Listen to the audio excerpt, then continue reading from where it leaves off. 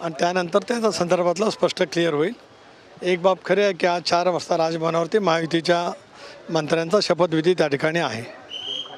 आपल्या शेजारी असणारे 2 महत्त्वाचे नेते आहेत आणि मी म्हटलं आपल्याला आत्ताच की आता राष्ट्रीय अध्यक्षांचं एक काही वेळातच आगमन होईल आणि त्यानंतर या संदर्भातली सगळी माहिती आपल्याला माझ्यामार्फत किंवा त्यांच्याकडनं आपल्याला लगेच कळवली जाईल. किती लोक आज शपथ घेतील, किती आपला फायनल झालेला आहे? आकडा माझ्या माहितीप्रमाणे 10 आहे. नाही 10 म्हणजे अजितदादा- 10+1 की 9+1? 9+1. अजितदादांशी 10. आज अशा दोन गोष्टी खूप जोरदार चर्चेमध्ये आहेत साहेब, की खरंच रोहित पवार आणि जयंत पाटील हे सहभागी होतील. ही खूप मोठं पॉलिटिकल गॉसिप हे बहुतेक गॉसिपच असावं, याच्यामध्ये तथ्यही नाही. राष्ट्रवादी काँग्रेस पक्षाच्याकडे त्यांचा हा संबंध असण्याचं काही कारण नाही, संपर्कही नाही आणि संबंधही नाही.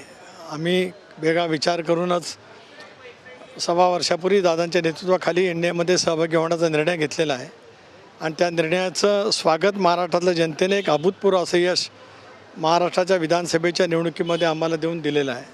तर आम्ही त्या विचारावरती ठाम आहोत. कार्यकर्त्यांचा मेळावा देखील आज आपण बोलवलेला आहे. आज सगळे आमदार देखील कार्यक्रमासाठी सत्कार होणार आहे. 1 वाजता आज विदर्भातील 11 जिल्ह्यांतील सर्वच कार्यकर्त्यांचा, जिल्हाध्यक्षांचा, सर्व पदाधिकाऱ्यांचा मेळावा त्या ठिकाणी आहे. राज्याचे उपमुख्यमंत्री झाल्यावर त्याची सूत्र हातामध्ये घेतल्यावर अजितदादा पहिल्यांदाच अधिवेशनाच्या निमित्ताने नागपूरला येत आहेत. स्वाभाविकपणाने वर्धेबाई जनतेला, विदर्भातील कार्यकर्त्यांना आणि आमचे नेते कार्याध्यक्ष प्रफुल्लभाई पटेल या सर्वांनाच औचित्य आहे की आज दादांचं या ठिकाणी स्वागत करा. स्थानिक स्वराज्य संस्थेची तयारी मेळाव्याच्या माध्यमातून पाहायला मिळते आहे. स्वाभाविकपणाने आहे, ज्याच्यात शक्ती प्रदर्शनाचा भाग नाही. शेवटी प्रत्येक राजकीय पक्षाच्या कार्यकर्त्यांना मंत्रिमंडळामध्ये पक्षाला स्थान मिळाल्याचा आनंद असतोच आणि स्वाभाविकपणाने आगामी येणाऱ्या स्थानिक स्वराज्य संस्थांच्या निवडणुका असतील, इतर काय असतील, त्या केव्हा होतील ते माहीत नाही, पण कारण ते सर्वोच्च न्यायालयामध्ये प्रलंबित त्या ठिकाणी आहे.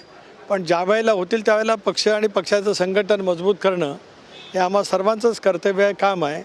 संघटनेच्या मजबूतीला अधिक प्राधान्य देण्याचं काम पुढच्या कालावधीमध्ये नक्कीच त्या ठिकाणी होईल. प्रचंड प्रमाणात एक चर्चा आहे राजकीय वर्तुळामध्ये की धनंजय मुंडे असतील किंवा आत्राम असतील, संजय बनसोडे असतील किंवा छगन भुजबळ असतील, अशा महत्त्वाच्या नेत्यांची लिस्टमध्ये नावं अद्याप आहेत की नाही त्या संदर्भात मी मगाशी आपल्याला सांगितलं, पुन्हा तेच अधोरेखित करतो की काही वेळातच राष्ट्रीय अध्यक्ष येतील. ते आल्याच्यानंतर याच्यातली आपल्याला स्पष्टता नक्कीच पाहायला मिळेल. धन्यवाद. भाजप 100% तर आपण बघितलं यावेळेस सुनील तटकरे हे माध्यमांसोबत संवाद साधत होते. साधारणतः 10 जण आज आमच्या पक्षाकडून मंत्रिपदाची शपथ घेणार असल्याचं देखील यावेळेस सुनील तटकरेंनी सांगितलेलं आहे.